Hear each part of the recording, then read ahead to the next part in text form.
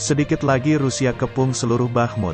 Rusia berupaya keras merebut kemenangan di medan perang setelah dalam beberapa hari terakhir terungkap potensi kerentanan Moskwa akibat sejumlah serangan perawat nirawak jauh di dalam wilayahnya. Pasukan dan milisi Rusia menghujani rute akses terakhir ke Bakhmut di Ukraina dan praktis mengepung seluruh kota. Jumat, tanggal 3 Maret tahun 2023. Moskwa sedikit lagi merebut kemenangan besar setelah 6 bulan bertempur dengan susah payah untuk merebut kota itu. Jika berhasil menguasai Bakhmut, Rusia akan memiliki batu loncatan untuk merebut area sekitarnya di wilayah Donbas, salah satu tujuan invasi Rusia di Ukraina. Kantor berita Rusia, RIA, merilis sebuah video menunjukkan unit tentara swasta, Wagner, yang berjalan melintasi fasilitas industri yang hancur. Kepala Wagner di Bakhmut mengatakan, kota itu hampir seluruhnya dikepung pasukan Rusia. Hanya ada satu jalan terbuka bagi tentara Ukraina untuk keluar masuk kota. Kami praktis mengepung Bakhmut. Satu-satunya jalan keluar hanya pergi dari Bakhmut, kata Yevgeny Prigozhin dalam video itu. Laporan Reuters menyebut, sebuah jembatan di Homov, kota sebelah Bakhmut, hancur akibat serangan Rusia. Tentara Ukraina berupaya memperbaiki kerusakan jalan. Semakin banyak tentara dikerahkan ke garis depan, menandakan pasukan Ukraina belum akan menyerahkan Bakhmut. Ke arah barat kota, pasukan Ukraina menggali parit baru untuk pertahanan. Komandan pasukan darat Ukraina, Oleksandr Syrskyi, berada di Bakhmut untuk memberi arahan kepada para komandan setempat untuk meningkatkan kapasitas pertahanan pasukan di garis depan.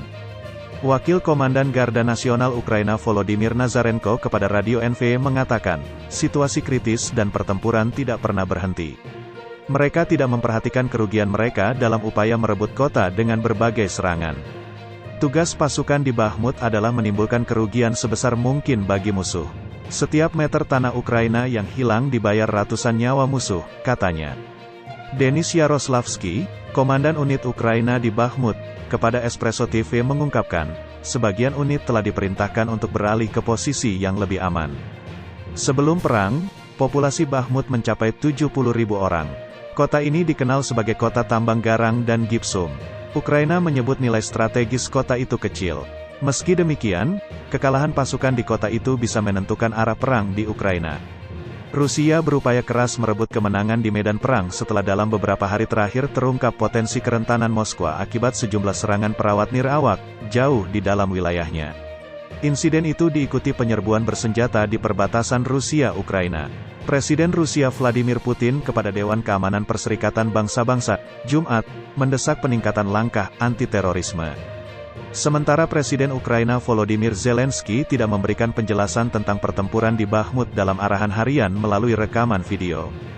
Dia hanya menyatakan terima kasih kepada pasukan yang mempertahankan kota itu.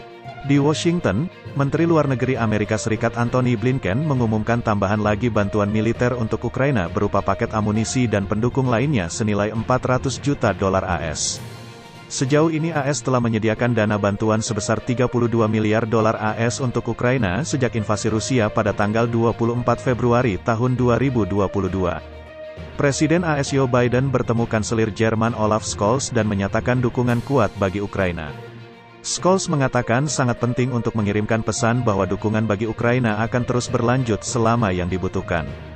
Gedung Putih mengatakan, kedua pemimpin negara berkomitmen memberikan pelajaran bagi Rusia atas invasi ke Ukraina.